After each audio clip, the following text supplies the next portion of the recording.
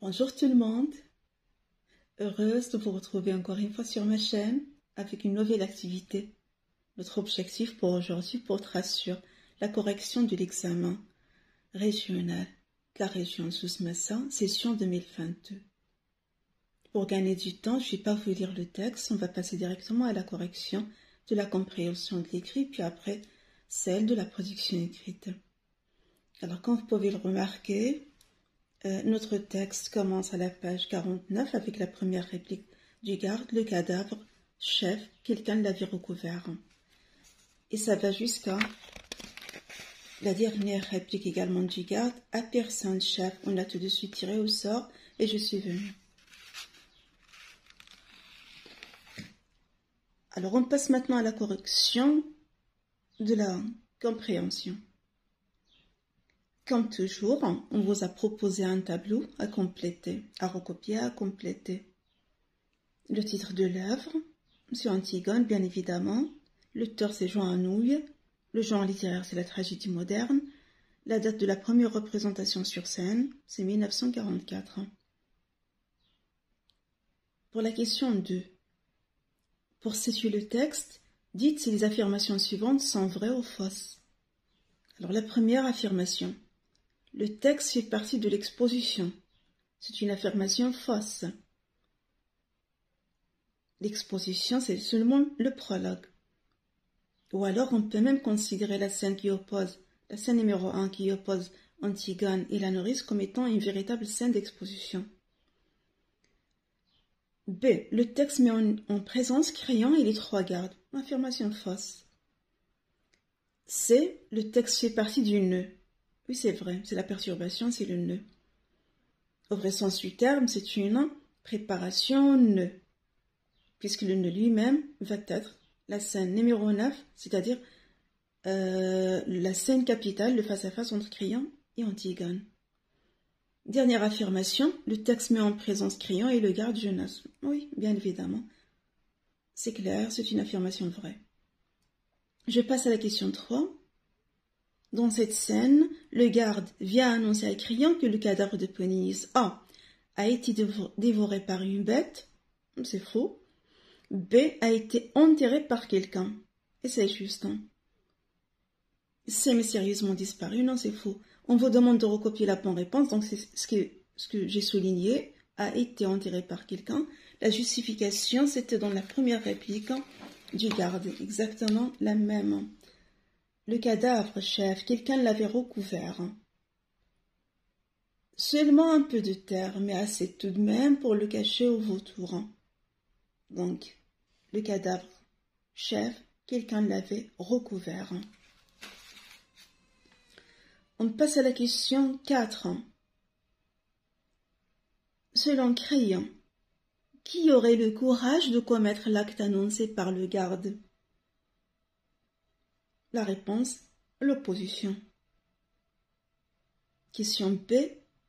Pour quelle raison aurait-on utilisé un enfant? La réponse, et je cite Créon, pour que cela soit plus touchant. 5. Comment le garde a-t-il été choisi par ses camarades pour venir annoncer la nouvelle à Créon? Par un tirage au sort. La justification du texte, justifiée par un indice tiré du texte, c'est mis entre guillemets. On a tout de suite tiré au sort, je suis venu. C'est la dernière réplique du texte. Dernière phrase, dernière réplique du texte proposée comme support. 6. À quel niveau de langue appartient l'énoncé suivant? On a d'abord espéré ça. C'est le langage familier. Et puis, par quoi s'explique le niveau de langue utilisé par le garde?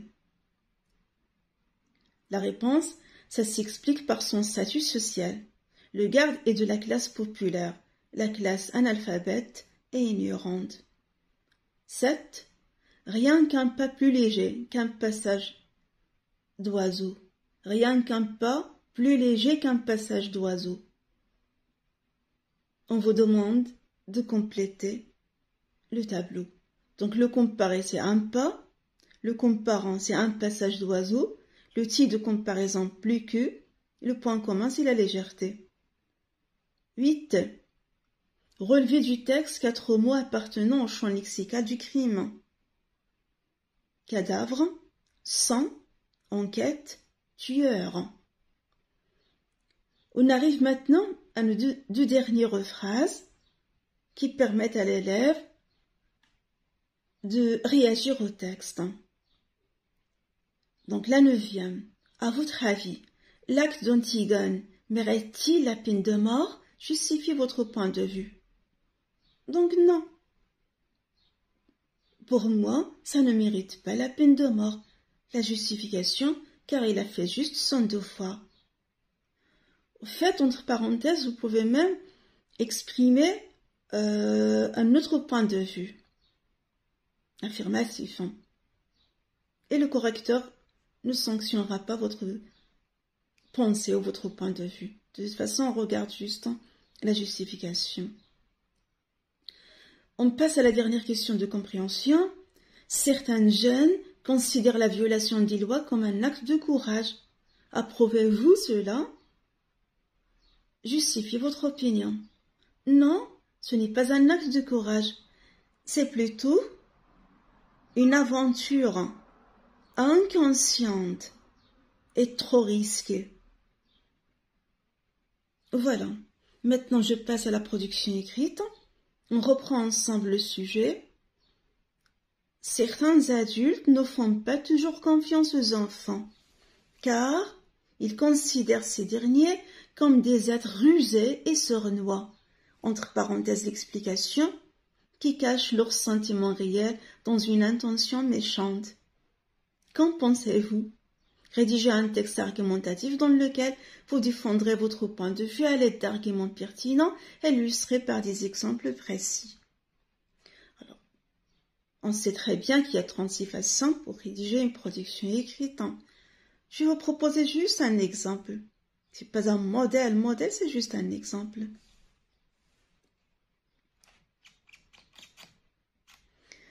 Le conflit de génération est un sujet qui déclenche des polémiques partout dans le monde. Je l'ai cité, je l'ai mis dans le cadre des conflits de génération parce qu'il est question d'une relation ou des relations entre les adultes et les jeunes, et surtout entre les parents et leurs enfants. L'affrontement s'annonce par un simple malentendu et finit par la perte de confiance totale des premiers vis-à-vis des derniers. Des premiers, donc les adultes, vis-à-vis des derniers qui sont les enfants. L'affrontement s'annonce par un simple malentendu et finit par la perte de confiance des premiers vis-à-vis des derniers. À mon avis, en tant que jeune, je vois que les parents qui ne font pas confiance à leurs petits ont tort. Ceux-ci ne sont pas rusés ou sournois, comme on le prétend, mais ils sont éveillés et très intelligents émotionnellement. Ça, c'est mon premier argument. En plus, les jeunes ont besoin aujourd'hui, plus que jamais, de la confiance, du soutien, de la protection et de l'accompagnement des adultes. L'objectif est d'assurer des relations saines dans une société équilibrée.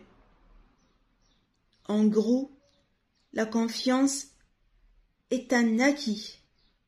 On doit militer pour le mériter. Mais c'est un acquis fragile qu'on ne peut plus récupérer une fois brisé. Si jeunesse savait, et si vieillesse pouvait. Voilà.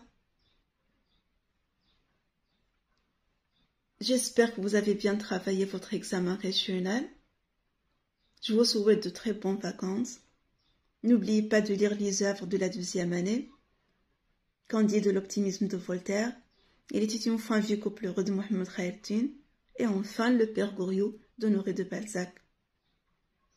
Merci pour votre attention et à la prochaine vidéo. Au revoir.